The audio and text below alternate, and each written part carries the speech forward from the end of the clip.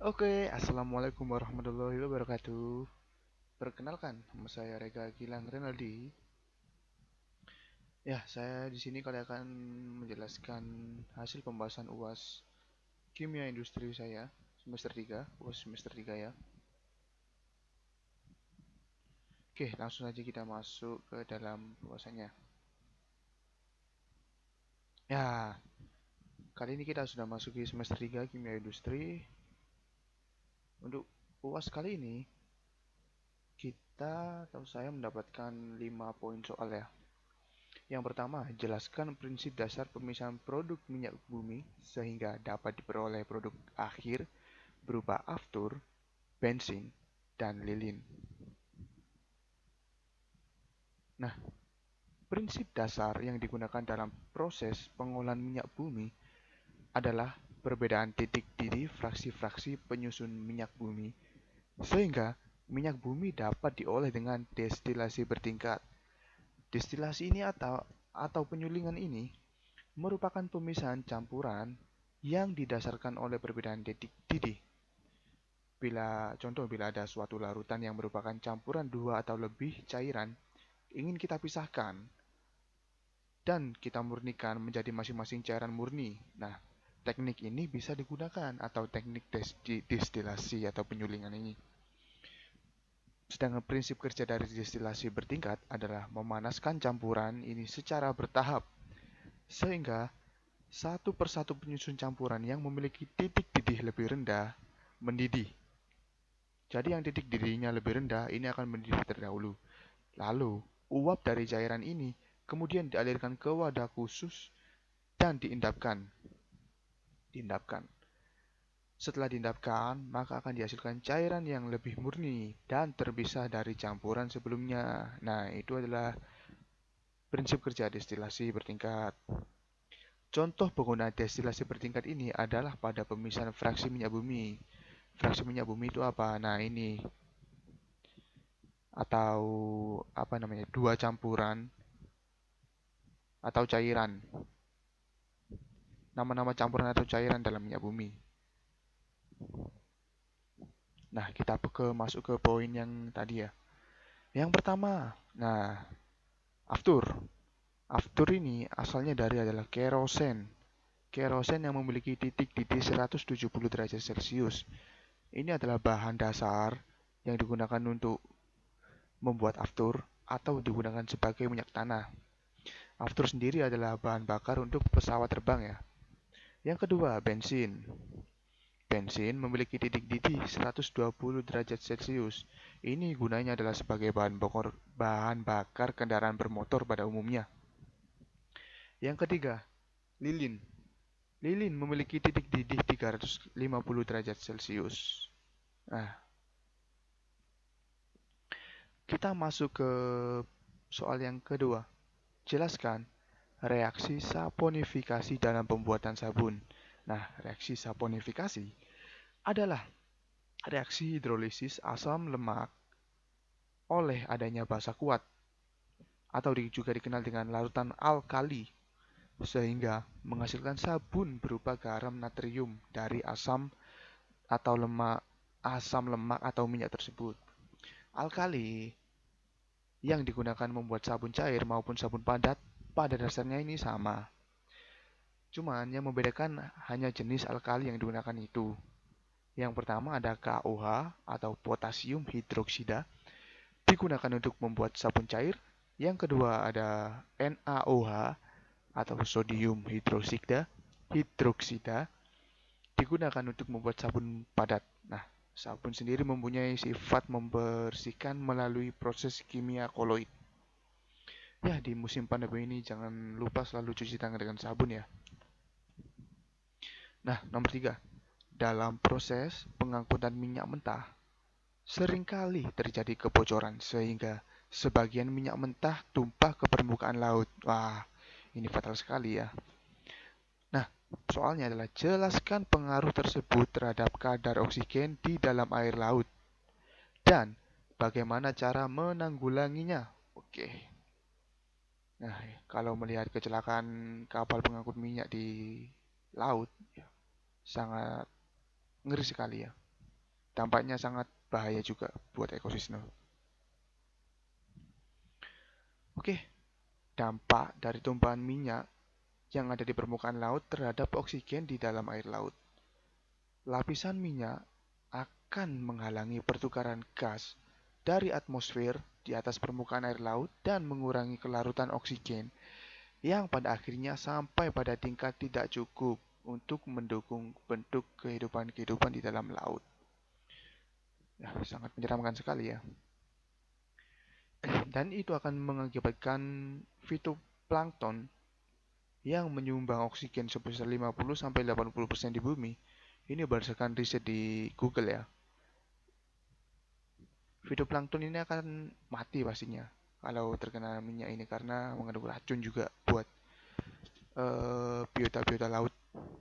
Yang kedua, mengganggu proses fotosintesis dan respirasi tumbuhan laut. Gimana gak habis oksigen di dalamnya ya. Yang ketiga, menyebabkan pembusukan akar pada tumbuhan laut apabila lapisan minyak tersebut tenggelam dan menutupi substrat. Nah, apabila lapisan minyak ini udah turun ke bawah ke dasar laut, ini akan menutupi substrat dan akan pasti menyebabkan pembusukan pada akar-akar tumbuhan di dalamnya. Yang terakhir juga pastinya kehidupan flora fauna di laut akan terancam. Bahaya sekali ya. Sekarang bentuk penanggulannya, penanganan atau penanggulangannya. Kalau di dunia sendiri, untuk mengantisipasi hal tersebut, 3 hal dapat dijadikan landasan utama, yaitu aspek legalitas, aspek perlengkapan, dan aspek koordinasi. Pertama, perusahaan-perusahaan harus legal dan mengikuti peraturan pemerintah supaya aman juga. Yang kedua, aspek perlengkapan. Nah, ini peralatan-peralatan wajib lengkap supaya memudahkan untuk melakukan apapun bentuk kecelakaan atau penanganan-penanganan yang akan terjadi. Dan yang terakhir aspek koordinasi. Nah, ini sangat penting sekali ya, koordinasi dengan pemerintah juga, koordinasi dengan penjaga-penjaga di lautnya. Maksudnya seperti TNI Angkatan Laut atau yang pihak-pihak yang berwajib dan bersangkutan. Dengan 3 aspek tersebut pasti akan meminimalisir angka kecelakaan angka kecelakaan di laut oleh kapal-kapal tanker pengangkut minyak. Untuk penanganannya, ada penanganan secara fisika dan biologi. Nah, penanganan secara fisika ini adalah penanggulangan oil spill. Oil spill adalah tumpahan minyak yang ada di permukaan laut itu ya, menggunakan peralatan mekanik. Peralatan mekaniknya apa? Nah, ini berupa seperti pelampung ini ya. Ini fungsinya supaya minyak-minyak yang tumpah tidak menyebar lebih luas lagi. Kalau sudah dibatasi ini peralatannya adalah oil booms. Ya. Lalu, minyak-minyak ini akan dipompa dan ditransfer ke dalam kapal pengangkut hasil minyak tumpahan ini. Nah, ini tadi merupakan salah satu aspek perlengkapan untuk bentuk penanganannya. Yang kedua, penanganan secara biologi merupakan penanganan dengan melakukan biomediasi, yaitu sebagai proses penguraian limbah organik atau anorganik polutan secara biologi dalam kondisi terkendali dengan tujuan mengontrol, mereduksi, atau bahkan mereduksi bahan pencemar dari lingkungan. Ya, sangat seram sekali ya. Nah, sekarang ke soal nomor 4. Sebutkan gas-gas hasil fermentasi pupuk organik, serta jelaskan reaksi kimia fermentasi pupuk organik. Gas-gas hasil fermentasi pupuk organik yang utama adalah biogas itu sendiri ya. Tapi di dalam biogas ini kita memiliki, nah ini banyak gas-gas, ada 6 gas yang terdapat di dalam biogas tersebut. Biogas adalah gas yang dapat dihasilkan dari fermentasi dari pupuk organik tadi ya, atau pupuk yang berasal dari kotoran ternak atau misalnya kotoran sapi, kerbau, kambing dan lain-lain.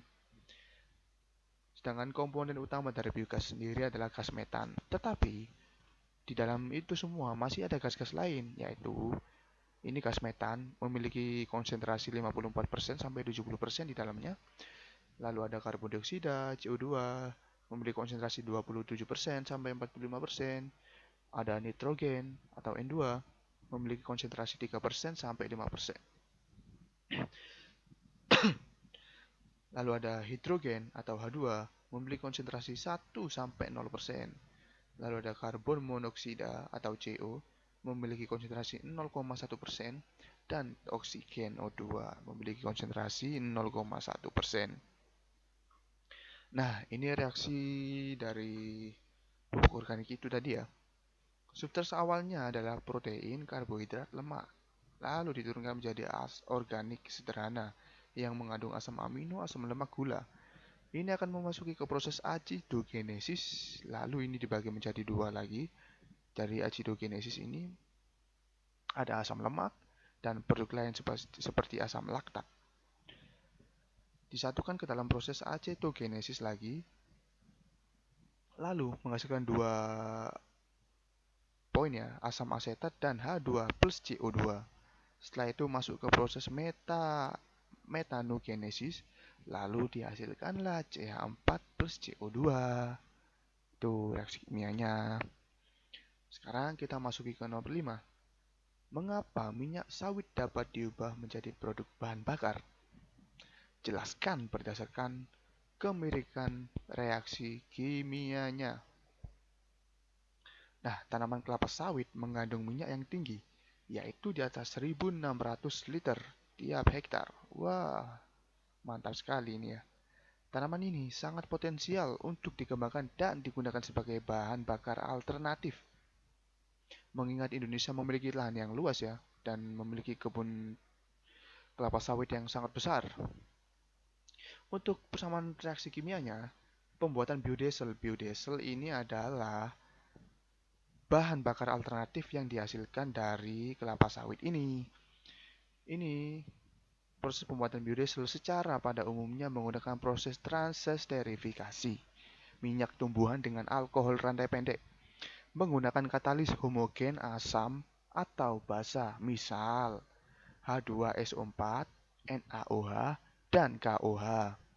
Biodiesel dapat diproduksi melalui reaksi transesterifikasi minyak kelapa sawit dengan menggunakan katalis CaO atau MgO atau yield YILD yield bacanya ya, Ai2O3 dalam reaktor fluidis bed. Nah, ini merupakan dari pembahasan 5 soal UAS Kimia Industri. Sekian dan saya mengucapkan mohon maaf apabila ada salah kata. Saya Rega Gilang Renaldi pamit. Wassalamualaikum warahmatullahi wabarakatuh. Dadah.